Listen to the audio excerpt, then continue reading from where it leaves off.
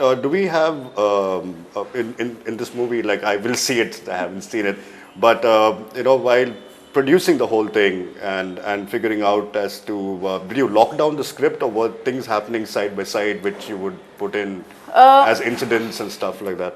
See, when you work with community, you can't be in charge of mise-en-scene. Right. Like, you write things like derived out of the interviews and inputs you get from them, but still, like, what happens in the location is the final thing. And you write something and you go there, but it always changes. And it's mostly how you react to spontaneity and how to react to what's happening around when you go there. So you still have a plan in hand. You can't just go there vaguely. But like, it won't exactly happen like what you have written down or what anything you is possible. expect. Anything is possible, and also it also depends on your own spontaneity and how to capture the moments. It's all about capturing the moments. True. True.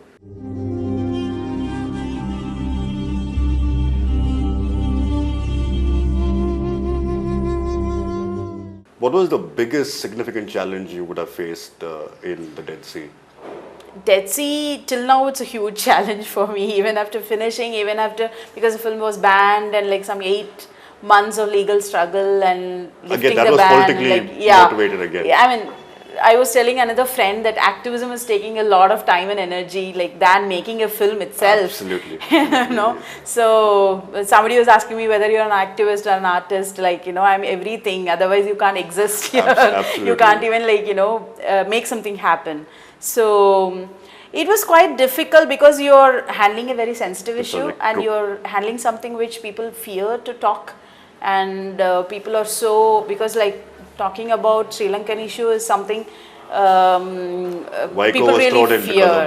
People really fear. No, I was actually on the sides of the ordinary lives, how they are affected by war in and out. I didn't take any side of any political ideologies or parties or whatever.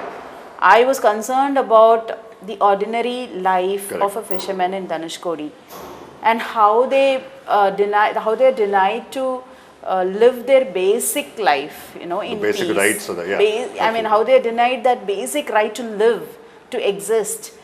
Because like, those ordinary lives are always taken for granted. Absolutely. And politics is all about betraying them. So I was taking their sides. And when you look at the life, standing in their shoes, it's totally different. I mean, the whole perspective change.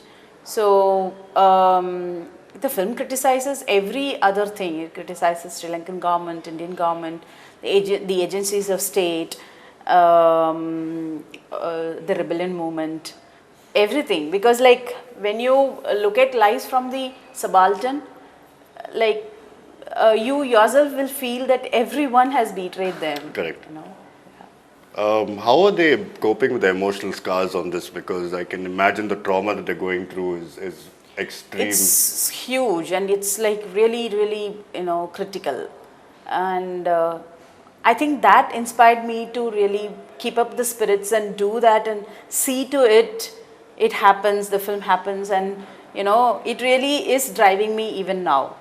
Because the inspiration you get from their ability to live in the midst of so much of violence is like enormous. And when you compare your risks and the struggle you go through in making a film with them, it's nothing.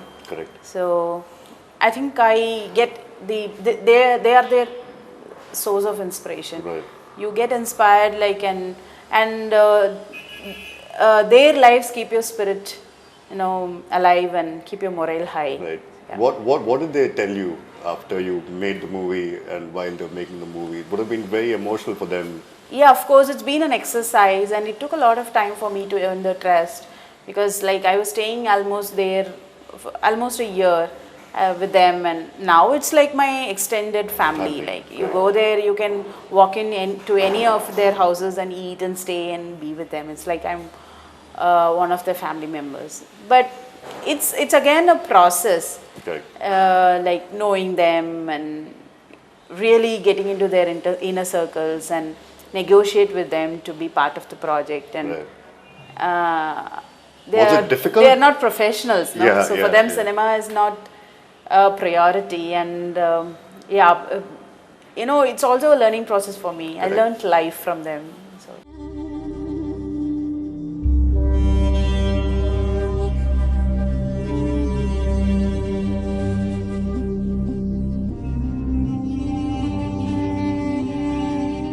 So basically, you've taken a hardcore man management, course. Of course, yes, But that's yes. fantastic. I think what you've done is a tremendous job by getting the story out there, because I've been reading in the papers and I'm Yes. seeing nothing happening.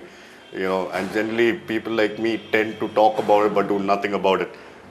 So it's a great thing that you've accomplished something like this. Somebody was asking me, why did you do this film? I just wanted to shout, stop killing fishermen. Exactly. Yeah. And I just wanted the whole world to hear my voice. Or at Absolutely. least the maximum number of people to hear my voice. True. And that's why I made this film. Absolutely. If it No can doubt stop even one fisherman From being killed by a navy, you achieved then what you yeah, wanted to then achieve. there will be some purpose in making this film.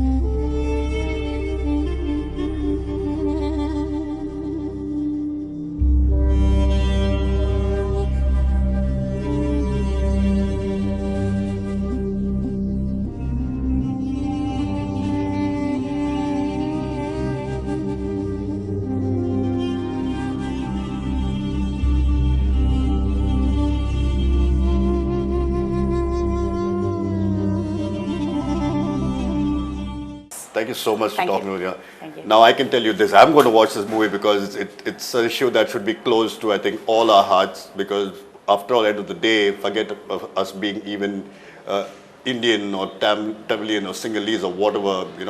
The basic human nature is to show compassion to people who are going through a tough time. That's what she's achieved. So I would suggest that you watch the movie too, and we will spread the word to Sure. our channel, and we'll probably air it as well. Thank you. So thank you Thank so you very much for much. joining Yes, us. thank you. So this was in conversation with Manimekalai.